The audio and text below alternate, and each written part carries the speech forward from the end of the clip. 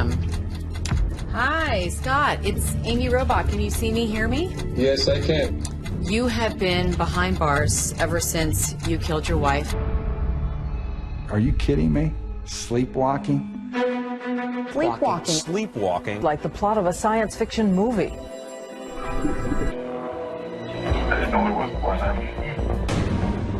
A lot of suspects might say, no way, you got the wrong guy. Scott just keeps saying, I don't remember. Scott Flater, made a statement. I hope that guy. I went to bed as a 12-year-old kid, and I woke up to a police officer telling me that my mother died.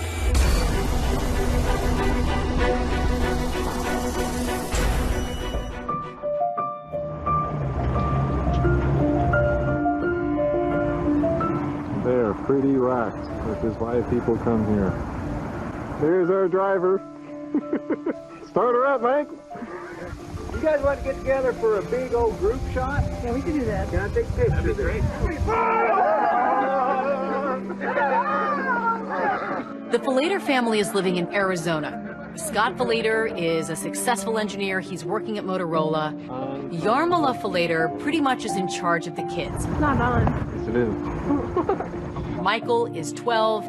He's your typical boy. And then you have Megan Falater. She's 15. Scott and Yarmila have been happily married for over 20 years, and Scott calls her Yarm for short.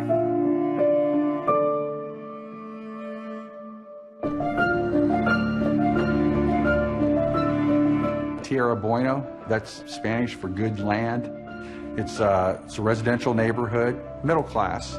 Northeast Phoenix at that time had a reputation to be a very safe, quiet community. We don't usually respond there. It's not a high crime area we normally work.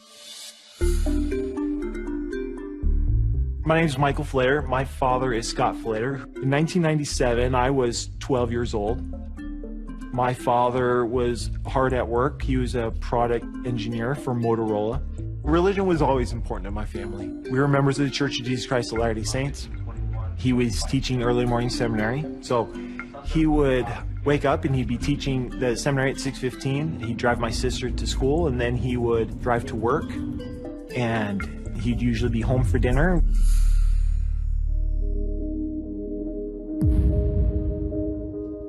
January 16th, it was a typical Thursday for my family. I recall having family dinner. After dinner, I went and worked on the computer to prepare for the next day's church class. And then the kids went to bed at 9 o'clock. It's been a long day at work. He's prepping for his religious education class, and now his wife... On the couch with ER on television, and I woke her up and kissed her goodnight, apologized for not fixing the pool filter, told her I'd get to it the next day, and went to bed myself. I was really exhausted and crashed in bed. I would guess it was between 9:30 and 10 o'clock.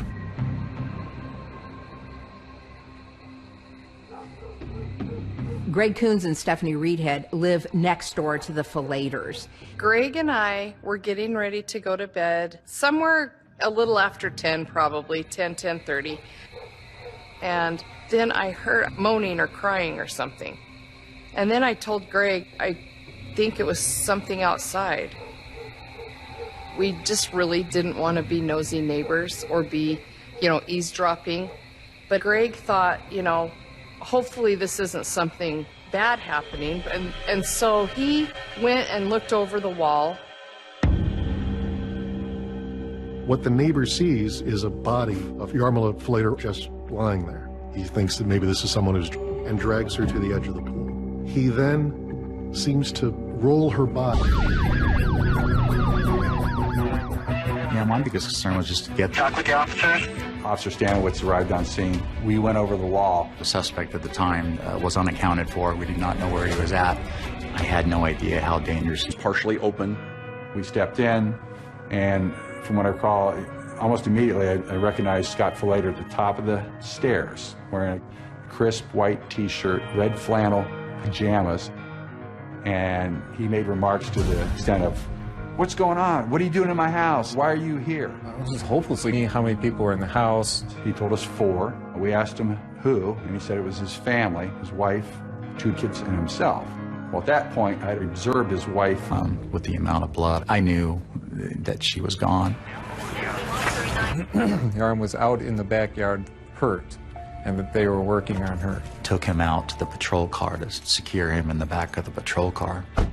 Then it came to sweeping the house, and that's when I learned of Michael Flater and Megan Flater asleep in their rooms upstairs, and they were still asleep. Thank God they were fine. They were untouched, unscathed.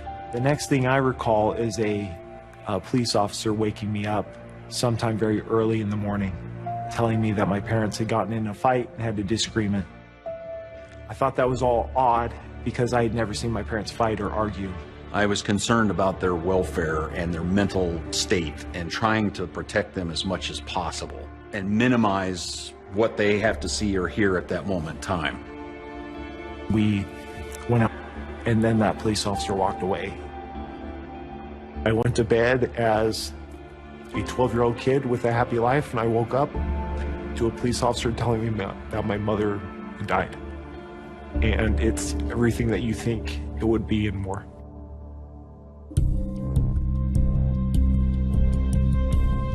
After Scott's arrested, he's taken downtown for one of the oddest and shortest interrogations we're used to seeing.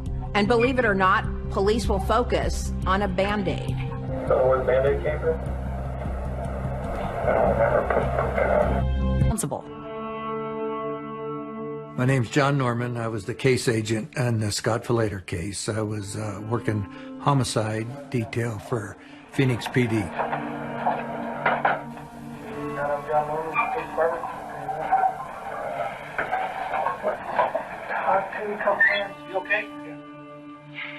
I had seen the word homicide all over the place as I walked into the room. So right at the beginning of the interrogation, I asked the detective, I said, you know, I'm assuming that Yarm is dead since this is homicide. And he said, yes, she is.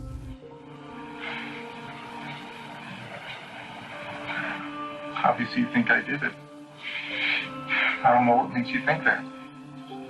None of our neighbors would lie, especially about something that serious. And that threw me for a loop.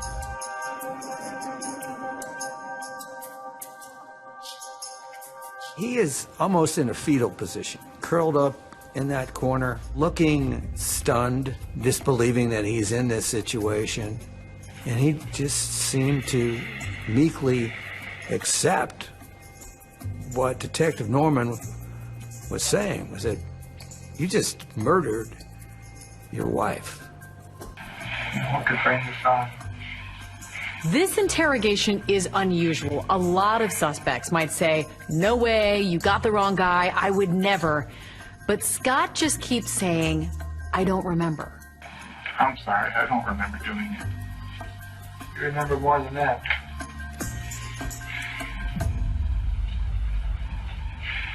No.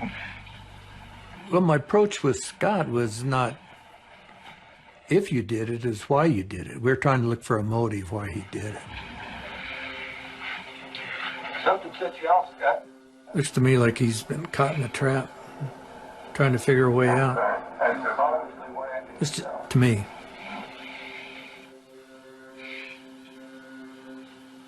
You know, he never looks at me when he's talking to me. He's got his head on the wall, he's got his hands up like this. He's very evasive. All I could say was, I don't remember doing anything like that. Nothing that's related to hurting Yarm at all. I just don't know. I loved her. Been married all my adult life. She certainly didn't deserve to die.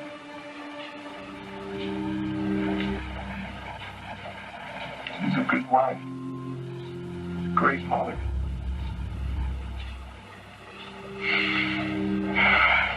All my kids. On Scott's crisp white shirt or his red pajama bottoms, but Detective Norman sees some on his neck. Here? I didn't know there was blood on me.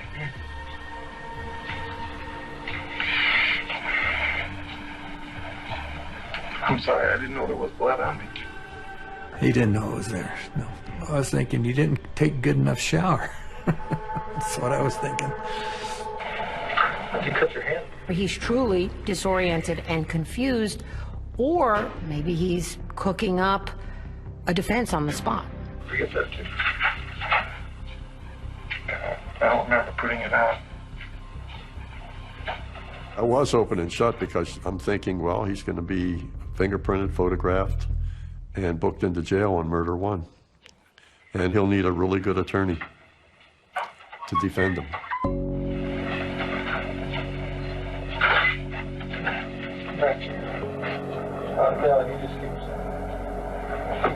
Well, you got the blood on the back of his ear there. You got to take a swab of that. You're going to verify that that's the wife's blood. The story that was his name was Scott Filleder. Pretty much. Yeah. I didn't need to hear any more. So I was done. Neighbors saw me pushing her in the pool. Yes, sir.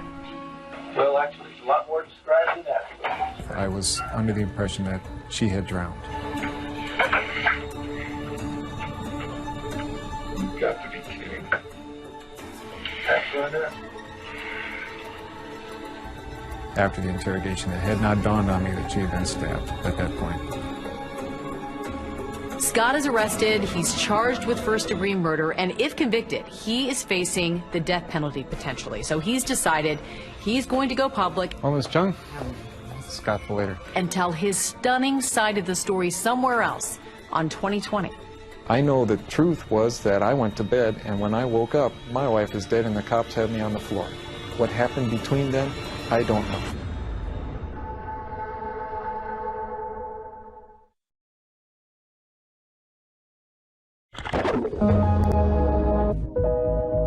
In 1999, almost 2 years after Yarmala's murder, the stories that touch your life.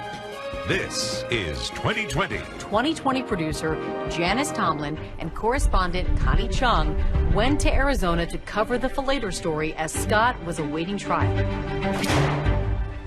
The kids wanted to visit their father, and that visit was set up. And we were allowed to be there for it. How are things going? I missed English and biology, but I think that's okay. And it was through glass. Oh. Okay. Love you, sweetheart. I can't imagine how difficult that was for them. Bye. We wanted to interview the kids because they were the other two people in that house. We wanted to see if they could shed any light at all on why what happened. After you went to bed at 9 o'clock, what was the next thing you remember? Waking up at around 1:30. Why did you wake up? A police officer came and woke me up. They were resigned to the fact that their mom was gone, but they were desperate to try to save their dad. I mean, that was the only parent they had left. Michael, are you aware of the fact that if your father is convicted of first-degree murder, that the prosecutor could ask for the death penalty? Yeah. Have you prepared in your mind for that prospect? Not really. I can't see my father killing my mother intentionally. That is not like my father. My father was not a violent person. They never argued. It doesn't jive with what I remember about my childhood. Did you love your wife? Oh, yes. Oh, yes. Loved her a great deal. She was my best friend. If any two people were meant for each other from the very beginning, it was those two. Scott Filleder was born in the Chicago area. Scott was never much of a kid that went out on dates, but he saw Yarmala at school, in high school. Yarmala remembered that one of the things that first charmed her about Scott Filleder was that he would fall asleep during English class, that he had a habit of dozing off during the middle of the day. And he decided that that's the one he liked, so he asked her to go out, and that was the first date for him, and he never went out with anybody else after that. In his entire life? No, he never did. I married her at age 20, and she's been there for me my entire adult life. They were both Catholic. They were both raised Catholics. And sometime before they married, Scott came across some missionaries for the Church of Jesus Christ of Latter-day Saints, and he converted to that church. 1881, Scott and Yarmila started their family with daughter Megan, and 3 years later, Michael was born. She was an excellent mother, real fantastically devoted to the kids. When our second was born, she gave up her career to be a stay-at-home mom. Scott Falater and Yarmila Falater moved to Phoenix because of his job. They became involved in the LDS community, which is fairly sizable here in Arizona. Scott Falater works as an engineer at Motorola, and he's a successful engineer. He's a product manager in charge of a computer chip. Never expressed any dissatisfaction with her marriage. And I would say, come on, Yarmila, there's got to be something that drives you nuts, you know? And she would just say, no, he's just a really great guy. I had a father that worked hard and supported the family, and a stay-at-home mom who was always there when I came home from school. It was a very loving home.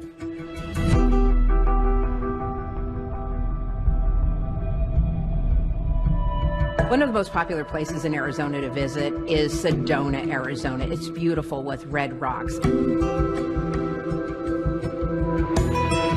Falater family meet up with their extended family members from California in Sedona, Arizona, and they take what's called a pink Jeep tour. Woohoo! See this drop off? Do you remember that trip, Michael? Yeah. Tell me about it. I remember me and Dad having a lot of fun, just like getting bounced around in the Jeep.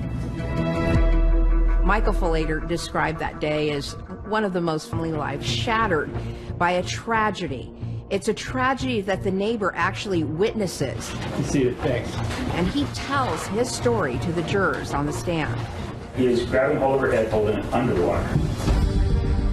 The trial was a sensation. It drew an incredible amount of interest, not because of the crime itself, but because of Scott Falater's defense. There is a defense strategy that sounds at first like the plot of a science fiction movie. Not to sound flippant. You do realize how unbelievable this defense sounds. Of course I do.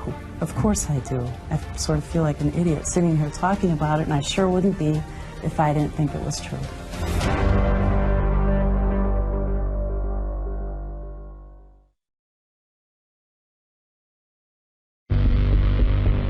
Authorities say Scott Falater stabbed his wife over and over and then held her head underwater.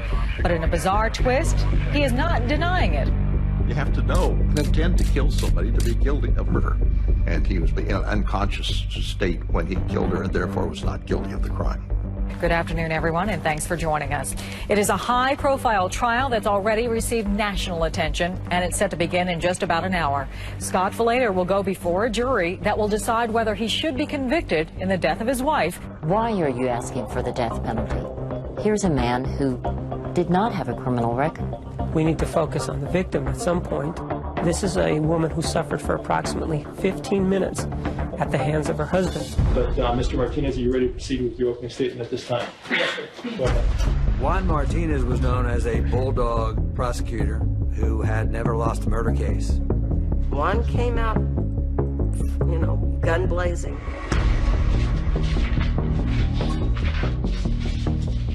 Good afternoon to all of you. This individual here, the defendant, Scott Falater, in a sense, baptized his wife, Yarmila Falater, into the afterlife. And it all started at about 10 o'clock in the evening in one of the remote areas, one of the darker areas of their backyard next to the pool pump. I wanted them to believe that this is something that he wanted to happen. This is something that wasn't a mistake. Your name, sir? I'm Philip McGraw. I'm the chief medical examiner. The medical examiner testified that Yarmila Falater had 44 stab wounds. Most of them were defensive wounds, but some were fatal. And with regard to these 44 wounds that we've been talking about, the 44 include the cuts to the hand, correct? Yes, they do. Based on what the medical examiner told us about the stab wounds, We believe that once he had her near the pole pump, he actually put his left arm around her mouth so that she wouldn't scream. That tore me apart. I saw the very first picture and I couldn't take any more. And spent however long it lasted just looking at the table in front of me. I could not look up. I don't want to remember your arm that way. If you're sitting in the courtroom hearing the evidence, it's very hard to get past anybody stabbing someone else 44 times, much less, a husband stabbing his wife 44 times. And then he had his bombshell witness, the next door neighbor, Greg Coons. And who are the neighbors to these cities? Scott and Yarmila Falater. And drawing your attention back to January 16th of 1997. Based on his testimony, he did not see the initial attack. I saw a person laying on the ground, head towards the house, feet towards the pool equipment. My impression was that she was drunk. There wasn't any evidence presented by anybody as to how the two of them got outside and how the scenario was that he ended up stabbing her. And walked through my field of view. The prosecution is trying to make the case that Scott is wide awake, fully conscious, and doing a series of tasks in the minutes after the attack on his wife. He came out of the bathroom, shut the light off, walked through the bedroom, shut the light off, and then went downstairs to the kitchen. So what do you see him doing in the kitchen, if anything? The next time I see him, he's walking from the kitchen back into the living room, and it looks like he's wringing his hands. He started sort of doing this with his hands in a washing motion. And as he walked towards the Arcadia door, opened the sliding door all the way. Greg testifies that he sees Scott putting on gloves as he approaches Yarmila's body lying next to the pool. Did he actually have them on, or was he pulling them on? One hand was already on. He was pulling on the other. Then what happens? He moved her legs around. What he does is he actually then leans sort of into the pool with the gloves that he has on, holds her head and sticks it down in the water. Then he goes upstairs. And the police, of course, come out. Greg Coons was the bombshell witness because Scott said he had zero idea how any of this happened. You had one person who was able to testify, this is what I saw. And a lot of the things that Greg Coons saw were damning. Now let me take you to 1996. We didn't dispute the fact that he was the one that stabbed her 44 times. And it was perplexing. Why did this happen? They consider themselves to be each other's best friends. I mean, even as reporters, we try to find narratives or through lines as to why a murder would take place. And here there really wasn't a motive, a reason. These were two high school sweethearts who had been married for 20 years, raised two kids from the outside. There was nothing here to suggest any trouble. And there's absolutely no history, any kind of violence or abuse from either side in this particular family. All you know about are two people that were devoted to one another and loved one another.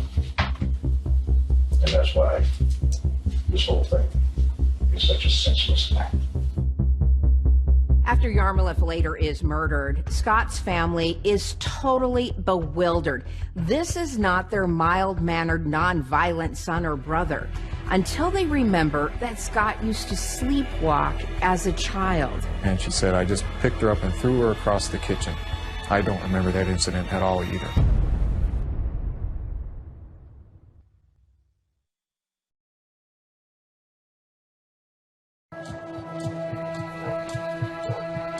In the early summer months of 1999, about 2.5 years after the killing, Scott Falater's facing the death penalty in a crime that he says he committed, but he's not responsible for. In Phoenix this morning, testimony resumes in the bizarre murder trial of Scott Falater. An otherwise mild-mannered engineer, Falater admits stabbing his wife for first-degree murder charges. This father of two insists he's not guilty. Juan Martinez had a pretty slam-dunk case. He had an eyewitness. I saw a person laying on the ground. He had damning evidence. And everyone in the courtroom is wondering what on earth will Scott Falater's defense be. I didn't see what our defense was going to be. We know he did it. And then the question was, what caused it? When we first went in and met the attorney, he had been planning to plead Scott as guilty but mentally insane. What did you think of that? Oh, I was outraged. I was outraged. I said, my brother is not an insane person. There's no way you could prove that he's insane. Scott's mother and sister are racking their brains trying to figure out what went wrong. How could this be? When they remember that Scott used to sleepwalk as a child.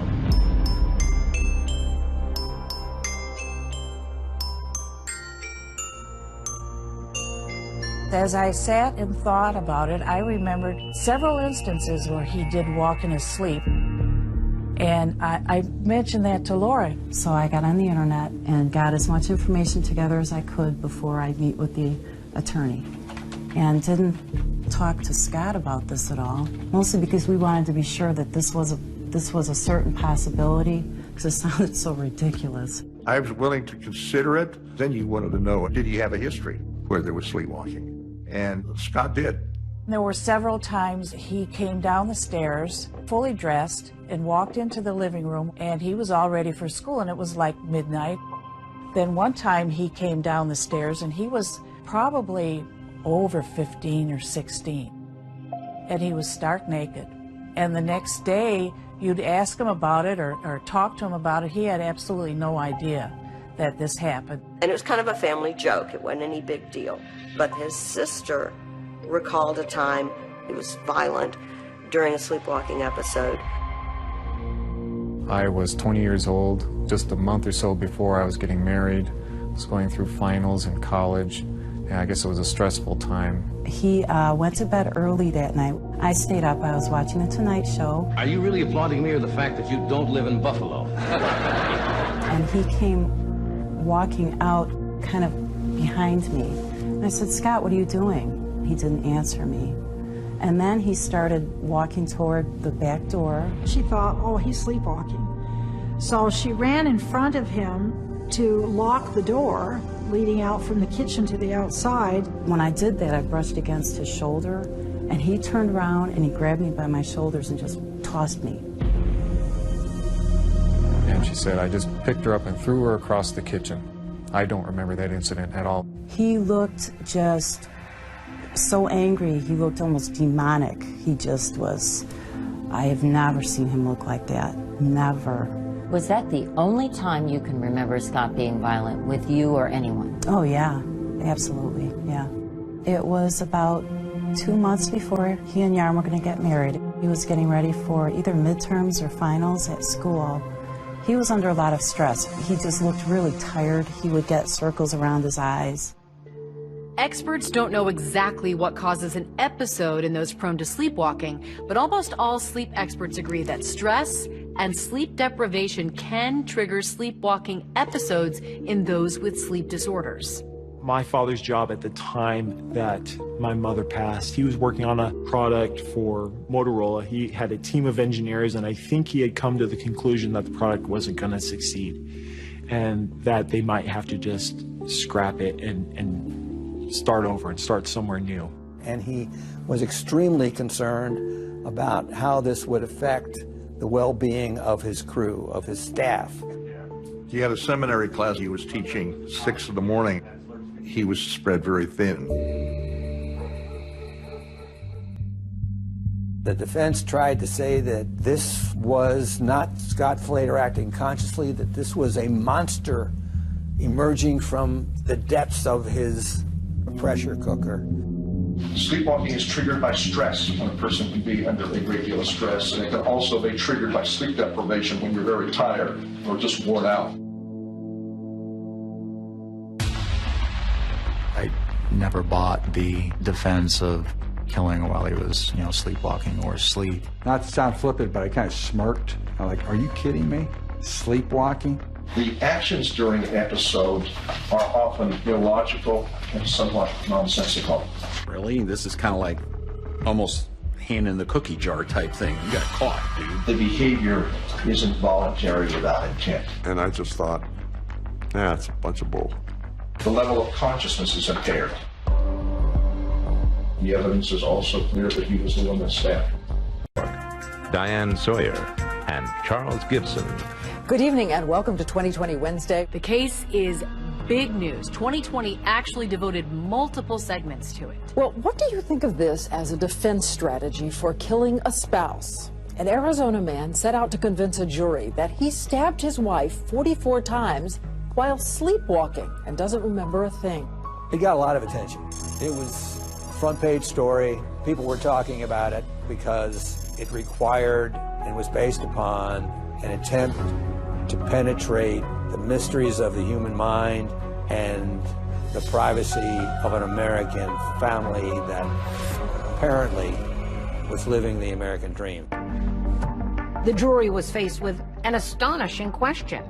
Did Scott Filleder kill his wife in his sleep? Scott himself initially said he thought that that was a crazy notion. Inside, I just felt it was a bunch of BS. It was just very simple and pure BS, and it had no basis in reality. I'm an engineer. I knew there were tests that could be done in a hospital which would prove it with numbers. And so I was going to wait for those tests, which would tell me for sure. See what happens when Scott goes to sleep with a camera watching.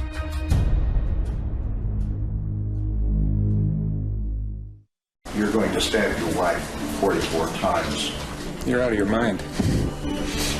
Are you kidding me?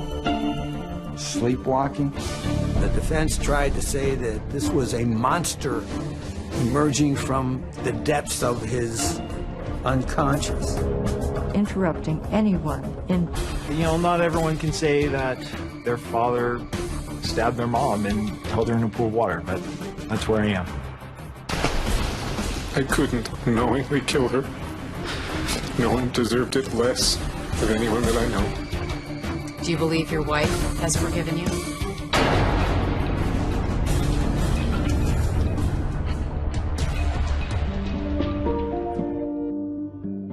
The husband just threw, I believe, the wife into the pool. This male next door threw his wife in the pool, and now he's holding her down on water. She is floating in the water. 2 years after he stabbed his wife to death, Scott Filleder went to trial here in Phoenix. His sole defense was sleepwalking. He says he has no memory of the brutal attack. When he stabbed his wife to death. They have a genetic defect in the brain between deep sleep and arising into dreaming sleep. Scott Filleder said he was sleepwalking. Sleepwalking the entire time. That defect means they can get up and not be awake and behave strangely. Never, ever wake up a sleepwalker. I'm waking him up. No! Don't wake him up. Oh, that's a myth. What most people knew about sleepwalking came from like situation comedies. Ralph, my Ed's gone. He's walking in his sleep again. Someone just walking around with their hands out and their eyes closed. Steve? If you really knew what the research is showing and what can happen, you wouldn't be joking about it. They're enormously strong. That it's not just one stab wound, it's 44 stab wounds. Another thing that's common is they don't recognize the person they've attacked. There's no face recognition. The closest analogy I've been able to come up with to it in my mind is that it's like an accidental killing. This was no accident. 44 stab wounds, putting her head underwater in a pool. I tell you, I did not do that intentionally. I did not plan to do anything like that. I did not wake up and do something like that. If I had waken up, I would have been totally horrified. It was a brutal eruption of vicious violence from a man who was known as mild-mannered, which was a perception that added credibility to the notion, well, maybe he was asleep. Nearly a year after killing his wife, Scott Filleder is escorted from his jail cell to a nearby hospital to undergo a sleep study. He was in shackles, so I could hear him coming down the hallway. He was accompanied by 2 guards that stayed with me the entire night. Over 4 nights, he's wired up to electrodes and monitors that measure the depth and quality of his sleep. In the end, though, the results are ambiguous. The defense says they do show that Scott Falater has a propensity for sleepwalking, but the state says they do not. Let the record reflect presence of counsel, the defendant, all members of the jury, and Mr. Kimmer, probably next witness. The defense brings in 2 heavyweight sleep experts. I direct the Sleep Disorders Center. A PhD doctor, yes, and director of their sleep disorders service. Dr. Roger Broughton and Dr. Rosalind Cartwright. They are leaders in the field of sleepwalking violence. Their names are on scientific studies and in textbooks. I wouldn't say that I was a little concerned. I would say that I was a lot concerned. They hired 2 of the, what I consider to be prominent experts in the field. And so I knew that there was some viability to that defense, and it's something that I knew that I had to combat. The 2 had just finished working on a sleepwalking defense case in Canada, where that defendant was acquitted. During the trial, 5 psychiatrists testified that Parks could have been sleepwalking when he drove from Pickering to Scarborough and killed his mother-in-law and wounded his father-in-law. And after a trial where Dr. Broughton was a key witness saying, yeah, I believe he was sleepwalking, the man was acquitted. The Park case provides something that you can tell a jury to look at and say, see, it is possible. You have conducted an evaluation of Scott Falater in this case, have you not? Yes, I have. And have you reached an opinion regarding whether he was sleepwalking at the time he killed his wife? It's my strong belief that that was the case. You have an opinion whether Scott Falater was in a sleepwalking state when he stabbed his wife? In my opinion, he was. Scott's case is really about as pure a case as you can find. A pure case of a sleepwalking violence case at its purest form. He was walking around like with a bomb in him that could go off, and he just didn't know it was there. And I understand.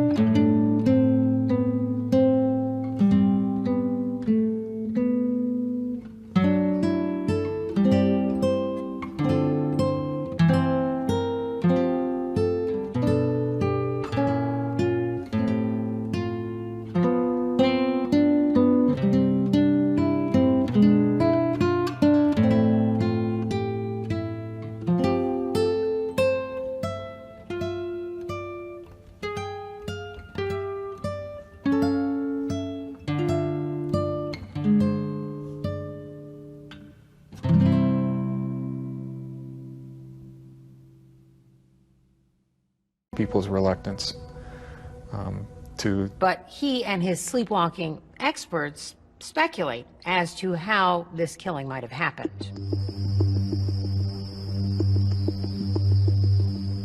Sleep deprived and stressed out from problems at work, Scott crashes into bed and then rising in a sleepwalking state. Wife missed him and got up to find him and bring him back. Yarmila comes and interrupts him. On his shoulder. You know, honey, come back to bed. He sees her not as his wife, but as some threat that his instinctual brain responds to while he's asleep. And in the cars. Officers who searched the Falater home tell the jury how they spotted...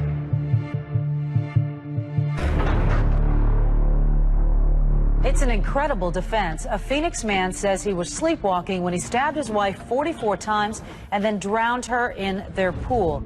Today, the sleepwalker murder trial erupts with dramatic testimony. The Maricopa County prosecutor is about to call his own witnesses to try to prove that Scott Falater was not sleeping. Who do you work for? City Phoenix Police Department. And what unit are you in? Homicide. Is presented about what Scott Falater was doing when he supposedly sleepwalks his way toward killing his wife. When detectives go in to search Scott Falater's vault in the trunk of the Volvo station wagon. Once you opened that up, did you find anything? Yes, I did. Inside that compartment, they find the mother lode of evidence. What did you find? A black plastic trash bag. And anything in and around this black plastic trash bag? It was not Exhibit A. It was Exhibit 15, the most innocent thing you can possibly imagine, a Tupperware container. Recognize it? What is it? It's the hunting knife that was found inside the Tupperware container. That was the murder weapon. Voila. There we are. Everything we're looking for. We just hit the jackpot. One of the strong points of the prosecution was sleepwalkers have no need to hide anything because they don't know that what they're doing is any way out of the ordinary. They're just zombies. With a sense of logic, and neither can he, poor soul. Now, prosecutor Juan Martinez begins to cross-examine the defense sleepwalking experts. Those are your notes, right? Juan Martinez was looking for anything where he could get the expert to cast doubt on his own thoughts. And Juan Martinez was able to effectively do that. The evidence suggests that Scott Falater had a pretty busy evening that night, especially for someone who was supposedly asleep. In and out of the house, up and down the stairs, changing clothes before the stabbing and then again after. And so now you know that he's changed clothing at least twice and maybe 3 times. Does that give you even a little bit more pause?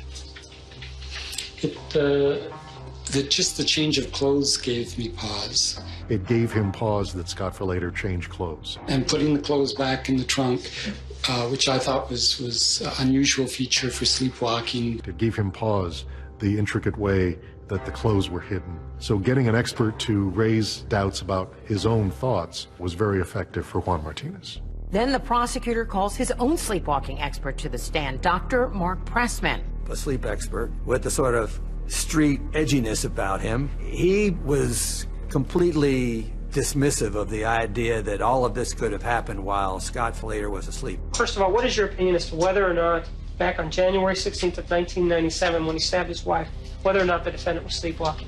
I think all the evidence says he was awake, and all the evidence says that his behaviors were far too complicated to be sleepwalking. Well, so many complex acts happen between the beginning and the end. I have almost 45 minutes here, and I've actually broken it down. I have a list of 64 separate behaviors, from the beginning to the end. Far too complex, he testified, for someone to do all of those things in his sleep. In your experience, do sleepwalkers tend to conceal objects? Is that something that they do, generally speaking? Sleepwalkers may misplace items, but to my knowledge, sleepwalkers never hide something. And these items were not only hidden, they were packed. Awake came after he stabbed his wife. He returned to Yarmila's body and dragged her over to the pool, held her under. A second act of violence. The only way that sleep specialists think that violence can happen with a sleepwalker is that somebody confronts them, physically confronts them, gets in their way. That's clearly impossible on the second episode of violence. The victim was laying there, near death, Clearly, she didn't get up and get in his way. When sleepwalkers become violent, they don't go out seeking someone to be violent with. The prosecution had people who are not the best sleepwalking experts. They spoke with excessive certitude, in my opinion, which you would find in someone who really doesn't quite know what he's talking about. In this case, Juan Martinez has everything a prosecutor could ask for. He's got the weapon. He's got an eyewitness. There's just one thing he hasn't got. And it's something he really wants, a motive. And suddenly, it seems to appear, a phrase Scott Falater used, unforgivable sin. Whatever this unforgivable sin is, he can't wait to be rid of her.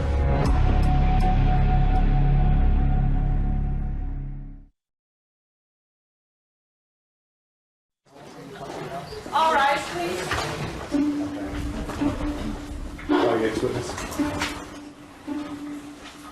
Day 4 of the sleepwalking murder trial takes some interesting twists and turns. Watch enough trials and you'll see a jailhouse snitch testify. They clink into the courtroom in handcuffs and leg irons, and they testify for the prosecution, but not in this case. 2 of Scott Falater's cellmates testified for the defense. While he was in jail, cellmates said that they heard unusual activity and saw him appearing to walk in his sleep. He was like in a daze. And then he walked straight for the cell door. He looked out the door, and I remember saying, "What's the matter? What's going on?" All of a sudden I heard this noise and it was movement, and Scott got up, went over to the door and shook the heck out of the door, just like, just shaking, and I said, "Scott, is there something wrong?" He never answered me. Were they making it up? I always had kind of doubts about their testimony a little bit. We still went ahead and used them anyway. All right, you excuse. Thanks. How you acting? Yes, we were called Michael Butler. I think the other witnesses that were very powerful were the kids. When Megan and Michael took the stand defending their father. Would you please tell us your name? Michael David Falater. And is your dad Scott Falater? Yeah. I don't know how I did it. I know I had to be strong. I know I had to tell the truth and answer the questions. And I believe that's what I did. And you're aware that your dad has been charged with the first-degree murder of your mother? Yeah. It has to enter the jury's mind. What do the kids think? Do the kids buy this? Do the kids believe their father was a sleepwalker? Do the kids believe their father was capable of cold-blooded murder? Did your mom and your dad love each other? Yes. Did you ever see your dad have much of a temper over the years? No. Ever seen him blow up and get mad? Well, I've seen him angry before, but I've never actually seen him go into a rage or, do anything. They were very clear that they had loved their mother, but they loved their father. And, they didn't blame him and they were supportive. Our next witness will be the defendant, Scott Falater. The biggest witness was Scott Falater himself. Defendants rarely take the witness stand. Why don't they take the witness stand? It's usually a really bad idea. A difficult time accepting the fact that you were the one that stabbed him. Yeah, I mean, it took me a very long time, probably several weeks, before I could really even admit it openly to myself that I had actually done that. Why did he take the witness stand? He had to.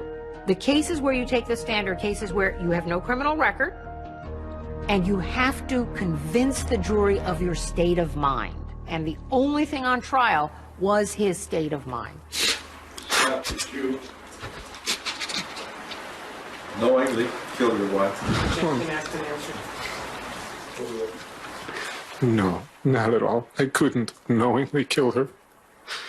No one deserved it less of anyone that I know than her. Do you have any memory at all of stabbing? No, I do not remember doing that. The hard questions come during cross-examination. Prosecutor Juan Martinez tries to show the Falater marriage wasn't so happy. He reminds Scott Falater that a coworker testified Falater had called his wife dumpy.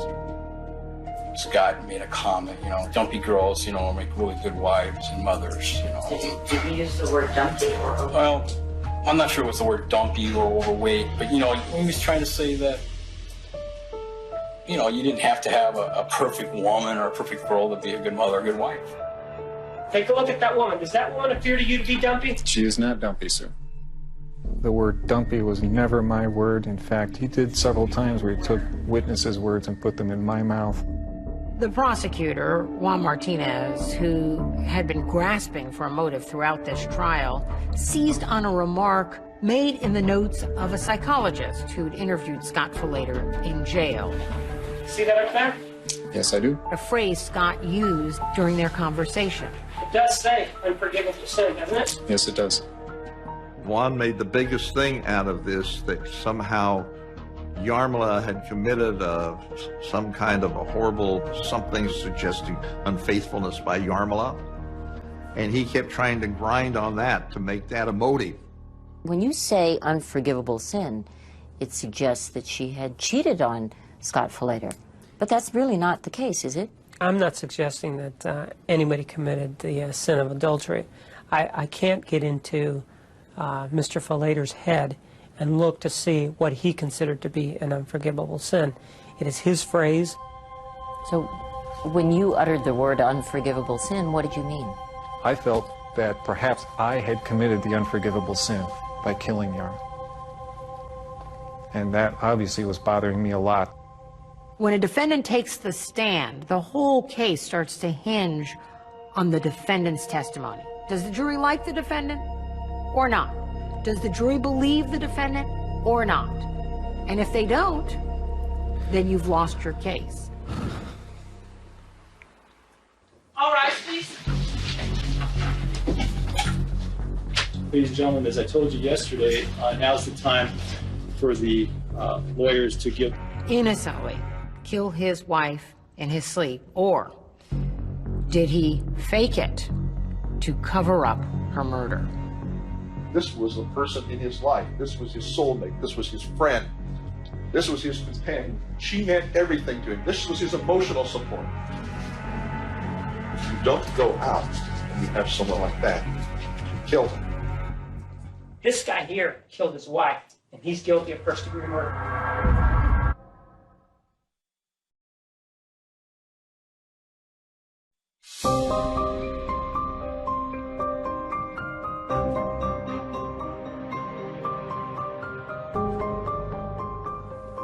Okay, this is Mike Riley. I would need hands. Who wants to ask questions? Jerry. Summarize for us your deliberations and tell us how you reached your verdict. Hours of deliberations before the jurors sent word to the judge they had a verdict. I had a press buddy who was a local reporter, and he called and said, the jury has a verdict.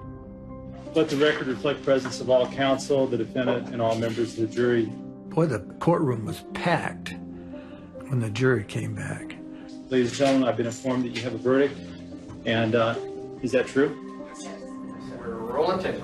Quiet, please. Jurors are under no obligation to explain themselves, but in the strange case of Scott Filleder, some were persuaded to sit down with 2020 correspondent Connie Chung to reveal what went on in the jury room. When you were first seated as jurors, how did you view this case? Well, I have to admit my first impression was sleepwalking. Yeah, right.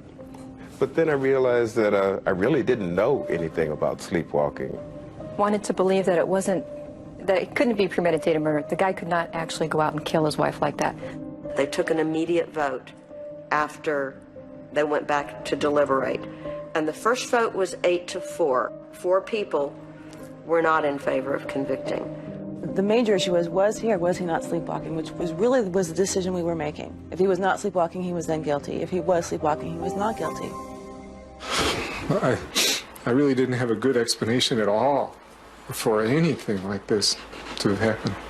When Scott Filleder took the stand and swore that he did not remember what happened that night, how many of you believed him? A number of them said that after Scott Filleder had testified, that they were swayed to his side. And all I could come up with was, maybe there's a tumor in my head, or or something really bad happened in my head. Some of the jurors afterwards said, you know, he came across as really sympathetic to me. I saw Scott Filleder as a very credible witness telling an incredible story. I thought he believed the answers that he was giving. Did you have any thought in your mind or intent in your mind to kill Yarmouth? No way. No way. Saying that the furthest thing from my mind. He came across as honest, and actually when he testified, I was swayed back. You know, like, how could this man do this to his wife? You were believing him? Mm-hmm. I was believing him. The why of this case has been the key question since the night of the murder. It's the question the homicide detective kept asking Scott in that interview room. Why? What did she do that set you off like that? Nothing.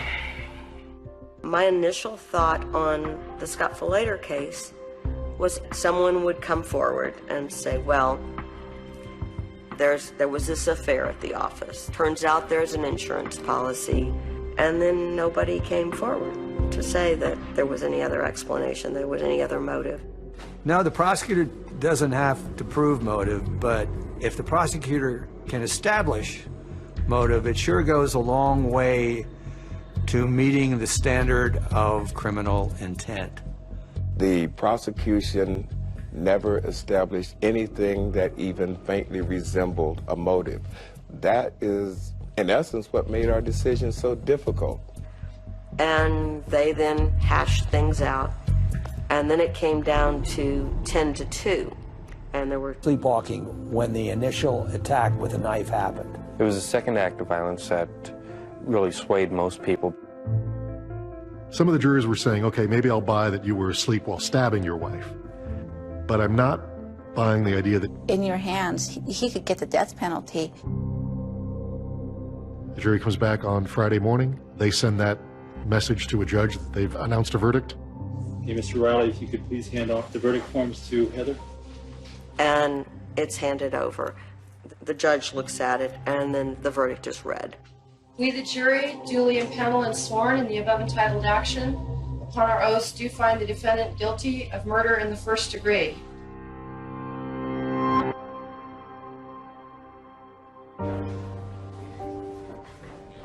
It was a traumatic moment for all of us. The jurors didn't just reject your sleepwalking defense. They believed that you planned this murder, that it was premeditated. I would say, thank you for your hard work, but frankly, guys, you got it wrong. I am not a monster. I'm not a murderer. I would say these jurors needed a higher level of sophistication. I think because you're having to understand science, you had to understand that the whole field of sleep disorders is an evolving field. The average person probably is not qualified to come up with the correct decision, certainly in the face of so much gobbledygook thrown in by the prosecutor. It takes a very intelligent person to see through all of that. They're grasping. Personally, I find that extremely insulting.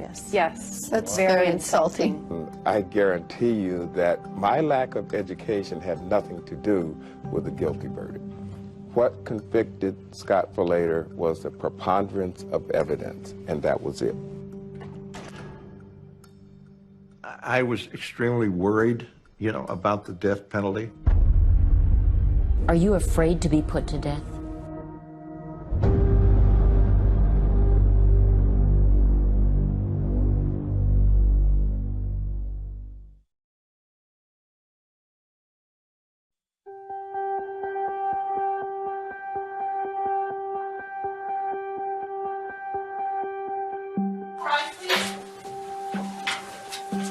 CR 97-00928, State of Arizona versus Scott Filleder. It's the time set for 13-703 hearing.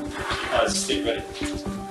Yes, Judge Reinstein had to decide whether or not the death penalty was going to be imposed for Scott Filleder. Well, we have Mr. Filleder here ready to proceed with this kind of hearing. attorneys that represent people in death penalty cases and have a sentencing where they're facing death. I think there's an anguish and a horror that we all feel, just fear. In a capital punishment case like Scott Falater's, you go through a second sort of mini trial when you're deciding whether or not you're going to impose the death penalty or a life sentence.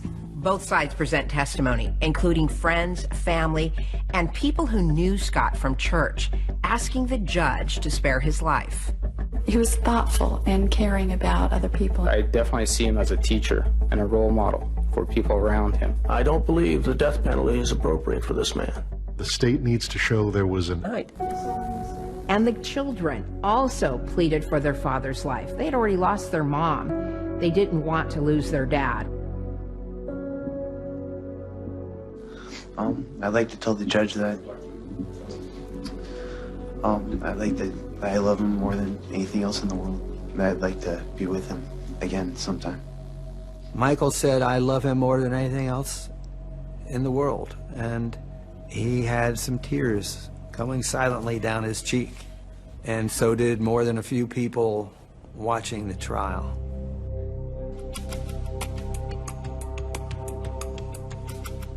And then Scott Falater himself, before the judge who will decide his fate, defending his own life.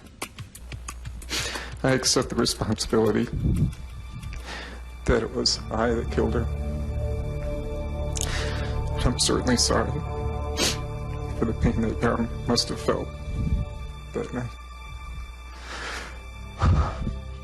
With the victim's relatives pleading for lenience from the judge, it did seem to weigh on him.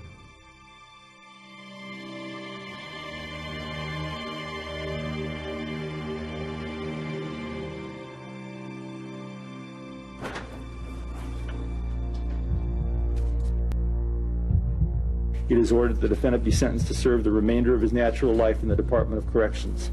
Dated this 10th day of January. His sentence was life without parole. He did not give the death penalty. In the end, he was sentenced to life in prison.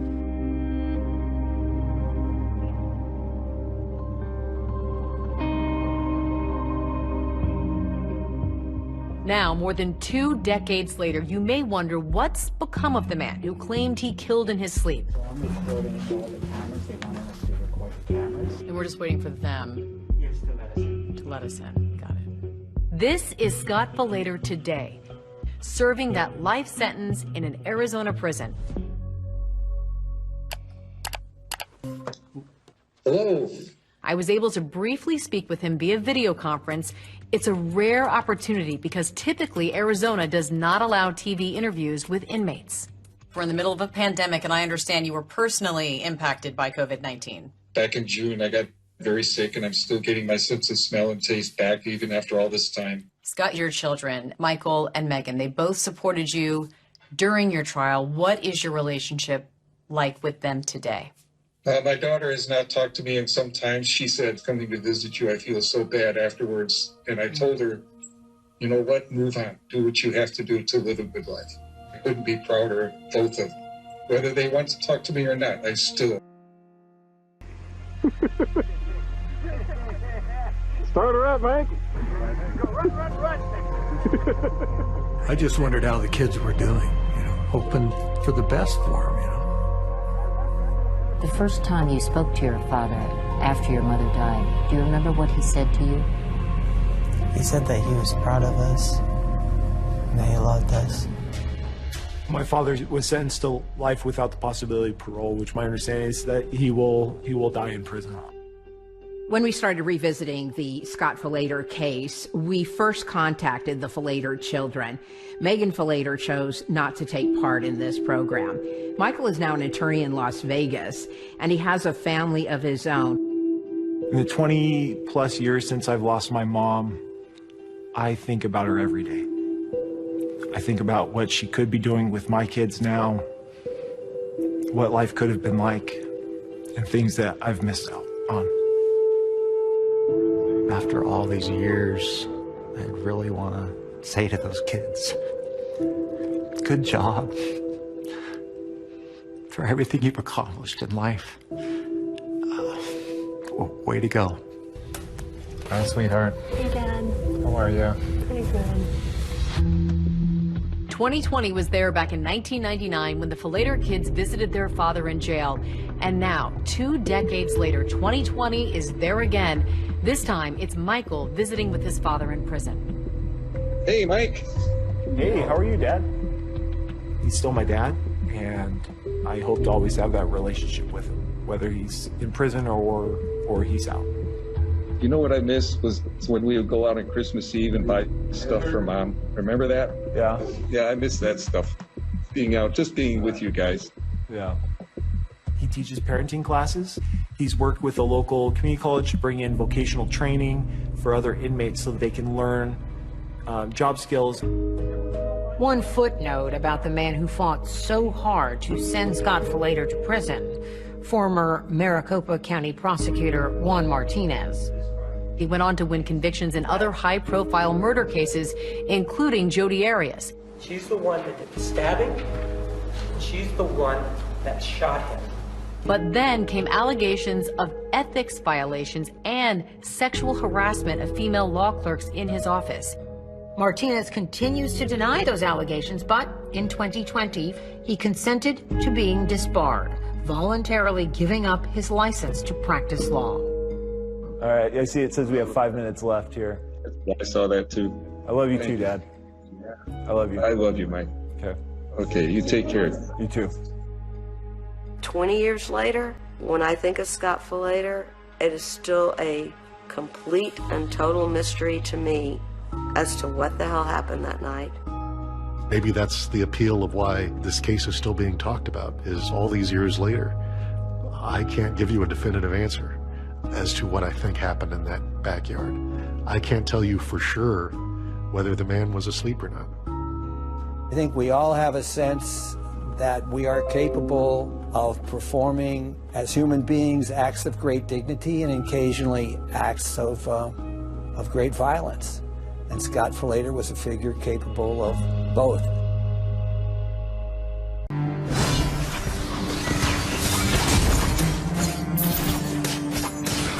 Prudence does not mean cowardice.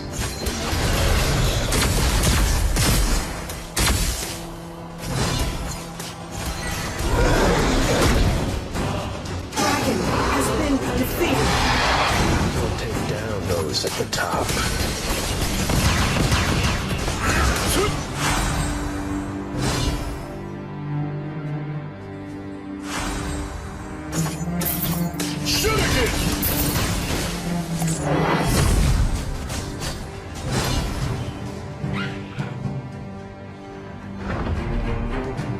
Retreat! Haste makes waste.